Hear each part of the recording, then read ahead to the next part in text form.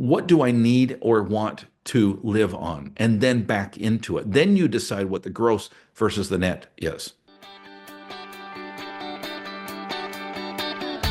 Originating from deep inside the Rocky Mountains, transported through the power of the internet, and arriving inside your tiny earbuds.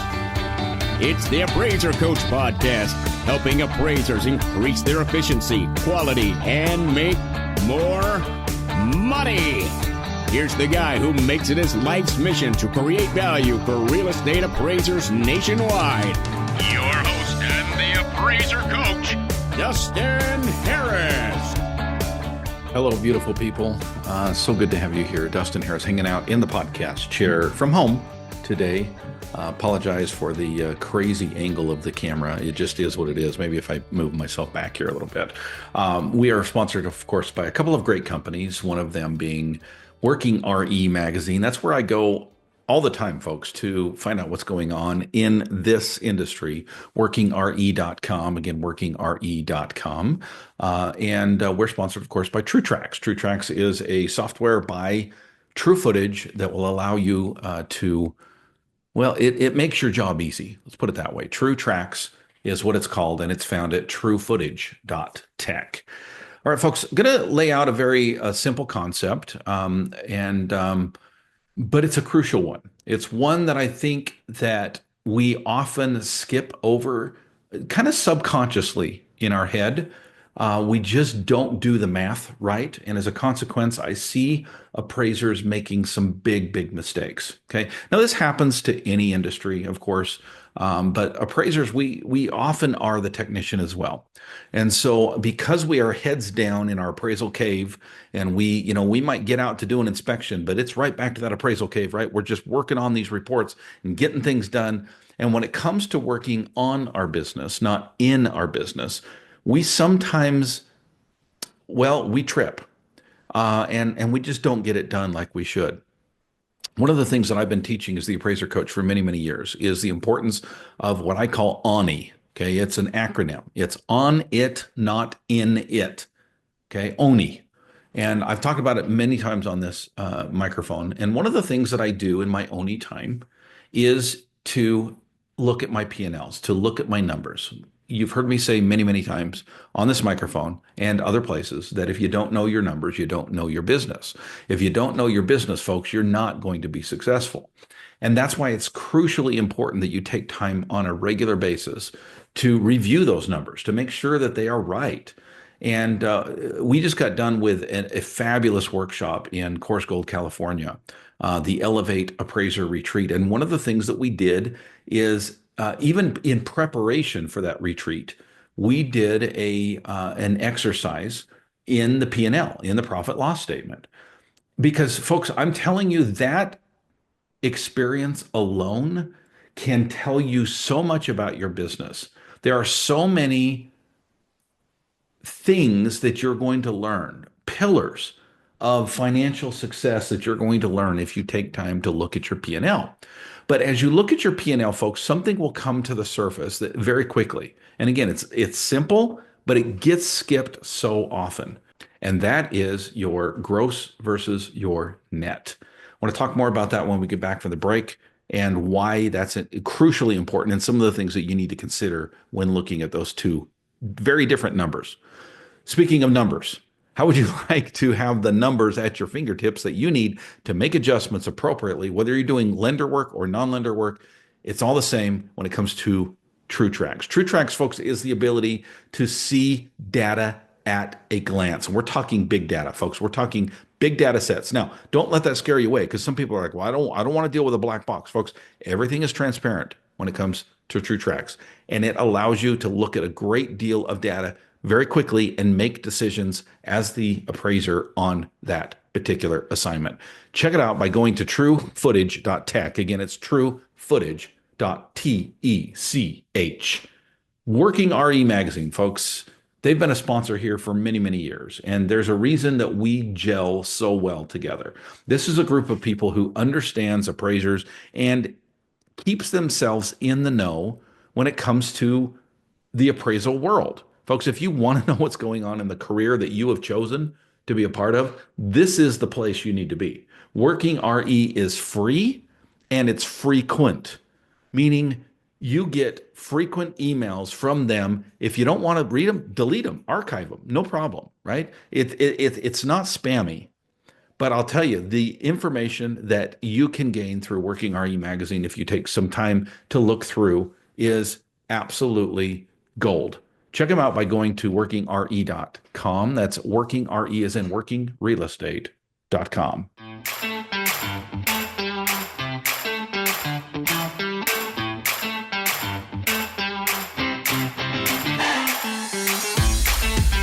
All right, folks, welcome back to my home office today.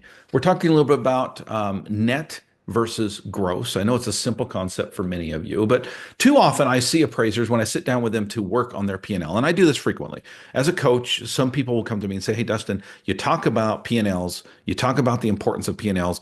I don't really know what I'm doing. And that's okay, folks. I'm not going to make fun of you. We've all been there, right? We all had to learn this at some point. In fact, I love holding people's hands and going through their numbers and saying, okay, let's look at this from an objective standpoint. Let's zoom out for a little bit and let's find out where we can better your business. But one of the things that I find frequently is people make decisions based on their gross and not their net. They forget that there's this thing in between called expenses. Actually, I had this conversation with my son this morning. My son is a very successful landscaping business owner. He does lawn mowing and dethatching and trimming and all the things that you can think of when it comes to landscaping and taking care of your yard. And he's been very successful. He's only 17, but he's very successful. And he had a goal this year of getting a certain number of clients. It was 16. And now that's 10 more than he had last season. So last year he had 7 active clients that he would mow and trim for every week. And this year he said, Dad, he didn't call me Dustin, he called me Dad. He said, Dad, I want to up that to 16. And I said, why? And he talked about a certain number, okay, that he wanted to get to. Well, this morning it was an interesting question or comment that he made to me. He said, Dad, I just got a new client. And the new client is about almost twice what I've been charging other people as far as the amount goes. And all of a sudden the numbers look different to him, right? So the numbers look different to him in the sense that it was no longer 16 clients that he needed. He could actually have 8 clients at double the price. Okay. Not only that, but then we started talking about the net and gross. And I said, well, what is the amount that you want to make? And he gave me a number that he wanted to make per week. And I said, well, is that net or gross? And he rightfully asked, well, which one's the net? Which one's the gross? And I explained to him, of course, that gross is the total amount that you get paid. And of course, I explained to him that gross is the amount that he takes in total, right? And net is the amount that he takes home. And he, of course, remembered that. But what's interesting is when he's doing one lawn for twice the amount of money that he would do for 2 lawns, most people will look at that and say, well, it's the same amount of money. Well, this is where net and gross get very crucial because, folks, think about it this way. What are your expenses as a landscaper, right? Most of your expenses actually have to do with transportation. Both the transportation on the lawn, okay, we're talking about wear and tear of the mower, the oil and the gas that you're going to put in that mower, and the wear and tear getting from one client to another, the gas in your vehicle, the loading up, the time loading up, unloading, all of the stuff, right? And if you can make twice the money, twice the gross amount at one lawn that you could make at 2 other lawns, right? The one other lawn, so 2 other lawns would be the same, right? You're actually making more money because your net is going to be higher. You're going to have less expenses, therefore your net is going to be higher, folks. This is a not a difficult concept. But when it comes to appraisers, for some reason, again, we get so head down that we forget about these things. We forget to really go through the numbers. A lot of times people will come to me and say, I made $1 million last year. Well, congratulations. What did you take home? 250,000. Okay, we got a problem, right? If you're only taking home 25% of what you make. Now, if that's not counting your salary, right? We can dig into that. But in the end, folks, these numbers have to match your lifestyle. And I always encourage people to back into this, differently than you. In other words, don't ask yourself, what do I need to make? right? What do I want to make this year?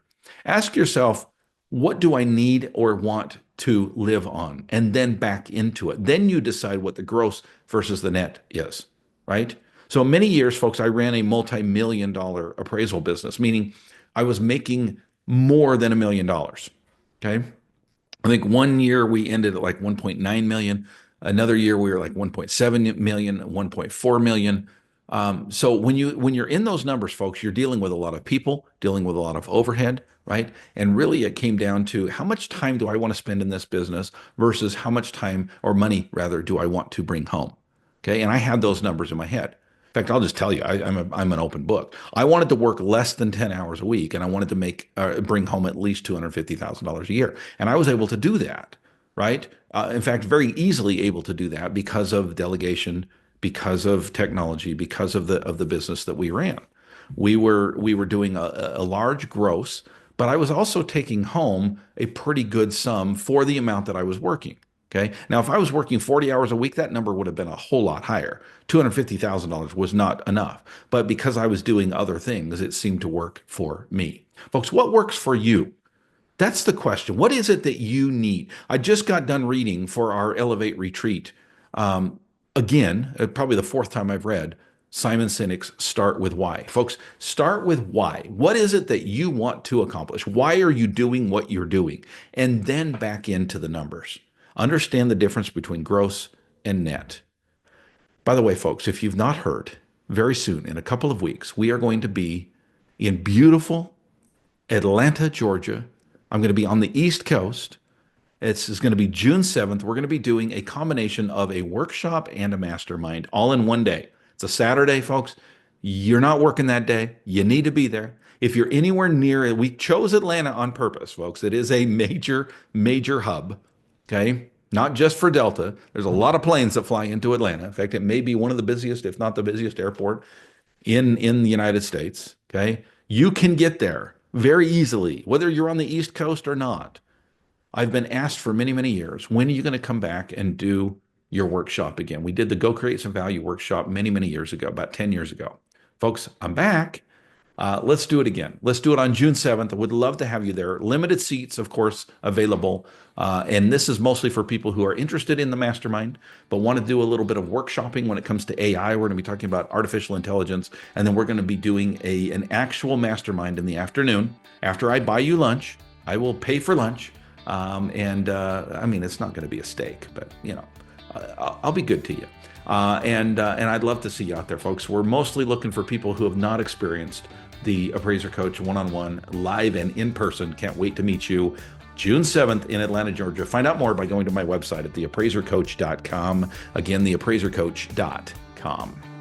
You've been listening to the Appraiser Coach podcast with Dustin Harris.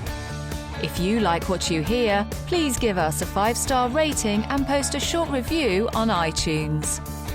For more in-depth insider information on how you can make more money as a real estate appraiser, visit TheAppraiserCoach.com and sign up for the All-Star team today. Thanks for joining us.